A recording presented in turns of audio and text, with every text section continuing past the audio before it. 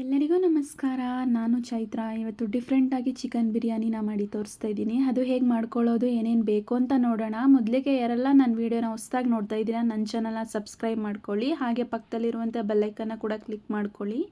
ಹಾಗೆ ನನ್ನ ವೀಡಿಯೋ ನಿಮ್ಗೆ ಇಷ್ಟ ಆದರೆ ಲೈಕ್ ಮಾಡಿ, ಶೇರ್ ಮಾಡಿ, ಕಮೆಂಟ್ ಮಾಡಿ ತಿಳಿಸಿ. ವಿಡಿಯೋ ಸ್ಟಾರ್ಟ್ ಮಾಡಿ ಹೇಗೆ ಮಾಡ್ಕೊಳ್ಳೋದು ಅಂತ ನೋಡೋಣ. 1 kg ಚಿಕನನ್ನು ಚೆನ್ನಾಗಿ ತೊಳೆದು ಶೋಧಿಸಿ ಇಟ್ಕೊಂಡಿದ್ದೀನಿ. ಮ್ಯಾರಿನೇಟ್ ಮಾಡಿ ಮಾಡೋದ್ರಿಂದ ಟೇಸ್ಟು ತುಂಬಾ ಚೆನ್ನಾಗಿ ಬರುತ್ತೆ. 3/4 ಕಪ್ನಷ್ಟು ಮೊಸರನ್ನ ಸೇರಿಸ್ಕೊಳ್ತಾ ಇದ್ದೀನಿ. ಹಾಗೆ 1 ಸ್ಪೂನಷ್ಟು ಧನಿಯಾ ಪುಡಿನ ಸೇರಿಸ್ಕೊಳ್ತಾ ಇದ್ದೀನಿ. ಒಂದು ಅರ್ಧ ಸ್ಪೂನಷ್ಟು ಗರಂ ಮಸಾಲನ ಸೇರಿಸ್ಕೊಳ್ತಾ ಇದ್ದೀನಿ.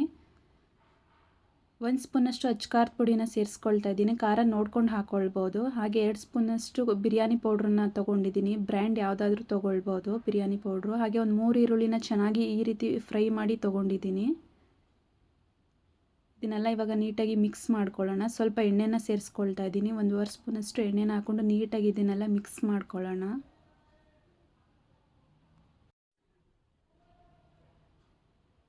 ಟೇಸ್ಟ್ ಅಂತೂ ಡಿಫ್ರೆಂಟಾಗಿ ಚೆನ್ನಾಗಿರುತ್ತೆ. ಸ್ವಲ್ಪ ಮಿಕ್ಸ್ ಮಾಡ್ಕೊಂಡು ಇವಾಗ ರುಚಿಗೆ ತಕ್ಕಷ್ಟು ಉಪ್ಪನ್ನ ಹಾಕ್ಕೊಂಡು ಮತ್ತೆ ಮಿಕ್ಸ್ ಮಾಡಿ ಇಟ್ಕೊಳ್ತೀನಿ. ಇದನ್ನು ಈ ರೀತಿ ನೀಟಾಗಿ ಮಿಕ್ಸ್ ಮಾಡಿ ಲಾಸ್ಟಿಗೆ ಒಂದು ಅರ್ಧ ನಿಂಬೆಹಣ್ಣನ್ನು ಹಿಂಡಿ 1 ಅವರ್ ಮ್ಯಾರಿನೇಟ್ ಮಾಡಿ ಇಡ್ತೀನಿ. ಇದನ್ನು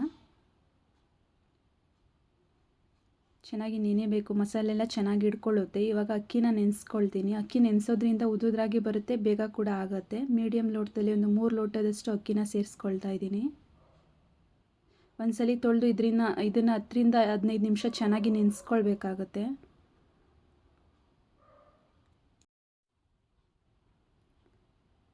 ಒಂದರಿಂದ 2 ಸಲ ಚೆನ್ನಾಗಿ ತೊಳೆದು 10 ರಿಂದ 15 ನಿಮಿಷ ಚೆನ್ನಾಗಿ ನೆನೆಸ್ಕೊಳ್ಬೇಕಾಗತ್ತೆ. ಇದನ್ನು ನೆನೆಯೋಕ್ಕೆ ಬಿಟ್ಟು ಮಸಾಲೆನ ರುಬ್ಕೊಳ್ಳೋಣ. ಇವಾಗ ಒಂದು ಮಿಕ್ಸಿ ಜಾರಿಗೆ 2 ಇಂಚು ಚಕ್ಕೆನ ಹಾಕ್ಕೊಳ್ತಾ ಇದ್ದೀನಿ. ಒಂದು ಅರ್ಧ ಗೆಡ್ಡೆ ಬೆಳ್ಳುಳ್ಳಿನ ಸೇರಿಸ್ಕೊಳ್ತಾ ಇದ್ದೀನಿ. ಹಾಗೆ 1 ಇಂಚು ಶುಂಠಿನ ಸೇರಿಸ್ಕೊಳ್ತಾ ಇದ್ದೀನಿ. ಖಾರಕ್ಕೆ 5 ರಿಂದ 6 ಹಸಿಮೆಣಸಿನ್ಕಾಯಿನ ಸೇರಿಸ್ಕೊಳ್ತಾ ಇದ್ದೀನಿ. 1 ಸ್ಪೂನಷ್ಟು ಕಾಳು ಮೆಣಸು ಹಾಗೆ 1-2 ಲವಂಗನ ಸೇರಿಸ್ಕೊಳ್ತಾ ಇದ್ದೀನಿ. ಸ್ವಲ್ಪ ಕೊತ್ತಂಬರಿ ಸೊಪ್ಪು, ಸ್ವಲ್ಪ ಪುದೀನ ಸೊಪ್ಪನ್ನ ಹಾಕ್ಕೊಂಡು ಸ್ವಲ್ಪ ನೀರು ಹಾಕ್ಕೊಂಡು ಇದನ್ನು ನುಣ್ಣಗೆ ಪೇಸ್ಟ್ ಮಾಡ್ಕೊಳ್ಳೋಣ.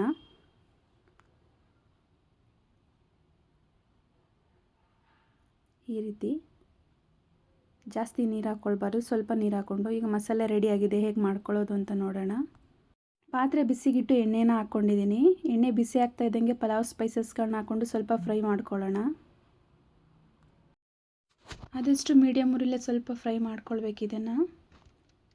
ಇವಾಗ ಒಂದು 3 ಈರುಳ್ಳಿನ ಸ್ಲೈಸಾಗಿ ಕಟ್ ಮಾಡಿ ಸೇರಿಸ್ಕೊಳ್ತಾ ಇದ್ದೀನಿ. ಈರುಳ್ಳಿ ಕೂಡ ಕಲರ್ ಚೇಂಜ್ ಆಗೋವರೆಗೂ ಫ್ರೈ ಮಾಡ್ಕೊಳ್ಳೋಣ.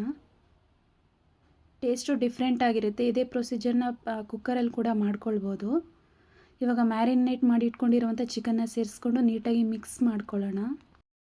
ನೀಟಾಗೆಲ್ಲ ಮಿಕ್ಸ್ ಮಾಡಿ ಇದನ್ನು ಒಂದು 10 ನಿಮಿಷ ಚೆನ್ನಾಗಿ ಮಸಾಲೆ ಎಲ್ಲ ಹಿಡಿದು ಎಣ್ಣೆ ಬಿಟ್ಕೊಳ್ಳೋವರೆಗೂ ಬಿಟ್ಬಿಡೋಣ. ನೀಟಾಗೆಲ್ಲ ಮಿಕ್ಸ್ ಮಾಡ್ಕೊಳ್ಬೇಕು.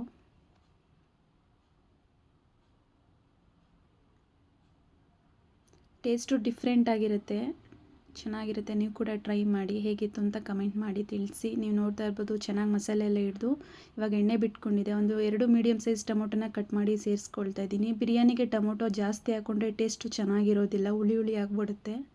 ಸೊ ನೋಡ್ಕೊಂಡು ಹಾಕ್ಕೊಳ್ಳಿ. ಹಾಗೆ ರುಬ್ಬಿರುವಂಥ ಮಸಾಲೆ ಕೂಡ ಹಾಕ್ಕೊಳ್ತಾ ಇದ್ದೀನಿ. ನೀಟಾಗೆಲ್ಲ ಮಿಕ್ಸ್ ಮಾಡ್ಕೊಳ್ಳೋಣ. ಈ ರೀತಿ ಇವಾಗೆಲ್ಲ ನೀಟಾಗಿ ಮಿಕ್ಸ್ ಆಗಿದೆ. ಇವಾಗ ನೆನೆಸಿಟ್ಟಿರುವಂಥ ಅಕ್ಕಿನ ಹಾಕ್ಕೊಳ್ತಾ ಇದ್ದೀನಿ. ಈ ರೀತಿ ನೀಟಾಗಿ ಮಿಕ್ಸ್ ಮಾಡಿಕೊಂಡು ನೀರನ್ನು ಕಾಯಿಸಿ ಹಾಕ್ಕೊಳ್ತಾ ಇದ್ದೀನಿ. ಅಳತೆ ನೋಡ್ಕೊಂಡು ಹಾಕ್ಕೊಳ್ಬೋದು. ನಾನು ಬಿಸಿನೀರು ಹಾಕ್ಕೊಂಡಿದ್ದೆ ಬೇಗ ಆಗುತ್ತೆ ಅಂತ ಹೇಳಿ. ಇವಾಗ ನೀಟಾಗಿ ಮಿಕ್ಸ್ ಮಾಡ್ಕೊಳ್ಬೇಕು. ಈ ರೀತಿ ನೀಟಾಗಿ ಮಿಕ್ಸ್ ಮಾಡ್ಕೊಳ್ಳೋಣ. ಇದೇ ಪ್ರೊಸೀಜರ್ನ ಕುಕ್ಕರಲ್ಲಿ ಕೂಡ ಮಾಡ್ಬೋದು. ನೀರು ನೋಡ್ಕೊಂಡು ಹಾಕ್ಕೊಳ್ಬೇಕಾಗತ್ತೆ ಅಷ್ಟೇ.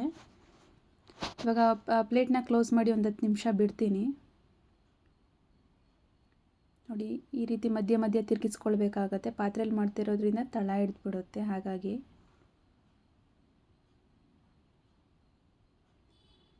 ಮತ್ತೆ ಪ್ಲೇಟನ್ನು ಕ್ಲೋಸ್ ಮಾಡಿ 10 ನಿಮಿಷ ಹೈ ಫ್ಲೇಮಲ್ಲೇ ಬಿಡ್ತೀನಿ. ಅನ್ನ ಚೆನ್ನಾಗಿ ಬೇಯಬೇಕು. ಈ ರೀತಿ ಮತ್ತು ನೀಟಾಗೆಲ್ಲ ಮಿಕ್ಸ್ ಮಾಡಿಕೊಂಡು ಒಂದು 20 ನಿಮಿಷ ಇದನ್ನು ದಮ್ ಕಟ್ತೀನಿ.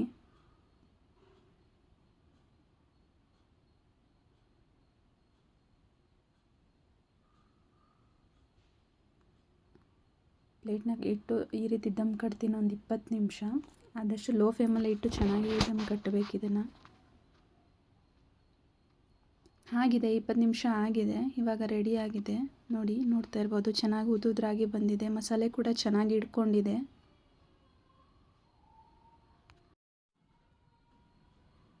ಅಕ್ಕಿ ಅರ್ಧ ಭಾಗ ಬೆಂದ ಮೇಲೆ ನೀಟಾಗೆಲ್ಲ ಮಿಕ್ಸ್ ಮಾಡಿ ದಮ್ ಕಟ್ಟಿರೋದ್ರಿಂದ ಮಸಾಲೆ ಕೂಡ ಚೆನ್ನಾಗಿ ಹಿಡ್ಕೊಂಡಿದೆ. ಈ ರೆಸಿಪಿ ನಿಮ್ಗೆ ಇಷ್ಟ ಆದರೆ ನೀವು ಕೂಡ ಇದೇ ರೀತಿ ಟ್ರೈ ಮಾಡಿ ಹೇಗಿತ್ತು ಅಂತ ಕಮೆಂಟ್ ಮಾಡಿ ತಿಳಿಸಿ. ನನ್ನ ವಿಡಿಯೋ ನೋಡಿದ್ದಕ್ಕಾಗಿ ಧನ್ಯವಾದಗಳು. ಮತ್ತೆ ಮುಂದಿನ ವಿಡಿಯೋದಲ್ಲಿ ಸಿಗ್ತೀನಿ. Thank you.